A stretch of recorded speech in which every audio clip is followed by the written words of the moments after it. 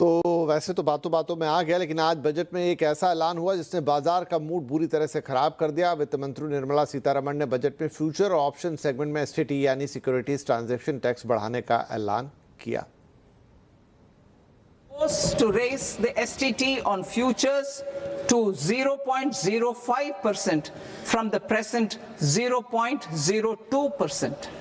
STT on options premium and exercise of options are both proposed to be raised to 0.15% from the present rate of 0.1% and 0.125% respectively.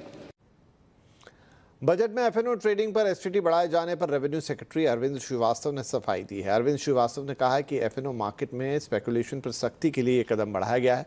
हालांकि उन्होंने कहा कि दरें बढ़ाने के बाद अभी भी ये काफी कम है। It is felt that when you look at the volume of transactions in futures and options, whether you compare it to the size of GDP or size of the underlying securities market, it is largely in the realm of heavy speculation, which results in losses to small, retail, unsophisticated investors. And the government's intention is to discourage speculative tendencies, and the increase in rate is essentially in that direction. So it is meant to essentially handle the systemic risk in derivative markets. Even after this increase, however, the rates of STT will remain modest compared to the volume of the transactions that is happening there.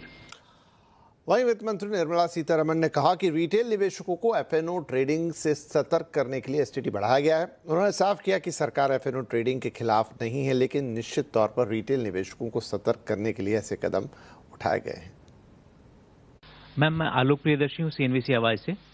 Ma'am, मेरा सवाल यही है कि जो सवाल STT से related है, security transaction tax से। मैम, यहाँ पे मैम जो पॉलिसी है फ्यूचर एंड ऑप्शन को लेकर सरकार की क्या पॉलिसी है, थोड़ा सा स्पष्ट करें। और दूसरा कि जो एसटीटी बढ़ाया गया है, बहुत ही जैसे रेवेन्यू सर ने कहा कि बहुत मामूली बढ़ोतरी की गई है, तो क्या इससे जो सरकार की पॉलिसी कि रिटेल इन्वेस्टर्स को ऐसे जो बहुत हाई रिस्क की इंस्ट्रूमेंट है उनमें निवेश से एक तरह से कॉशन करने की पॉलिसी है, तो क्या इससे ये मकसद हासिल होता है क्या?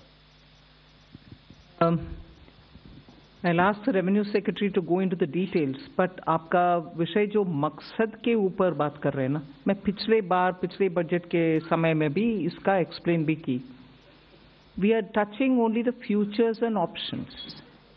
STT otherwise बाकी सब का ट्रांजैक्शन के ऊपर कोई नहीं किया, मगर जहां स्पेकुलेशन, हिंदी में सट्टा बोलते हैं, स्पेकुलेशन ज्यादा और समटाइम्स हाईली रिस्की, क्योंकि हमें मैसेज आता है लोगों से कि इधर बहुत लॉस भी फेस कर रहे हैं लोग जिनके हाथ में इतना एक्स्ट्रा पैसा भी नहीं है जिससे वो स्पेकुलेट कर सकते हैं। So this nominal increase is purely aimed at high speculation only to deter them. मकसद बोल रहे हैं, हाँ, उनको थोड़ा डिस्करेज करने के लिए।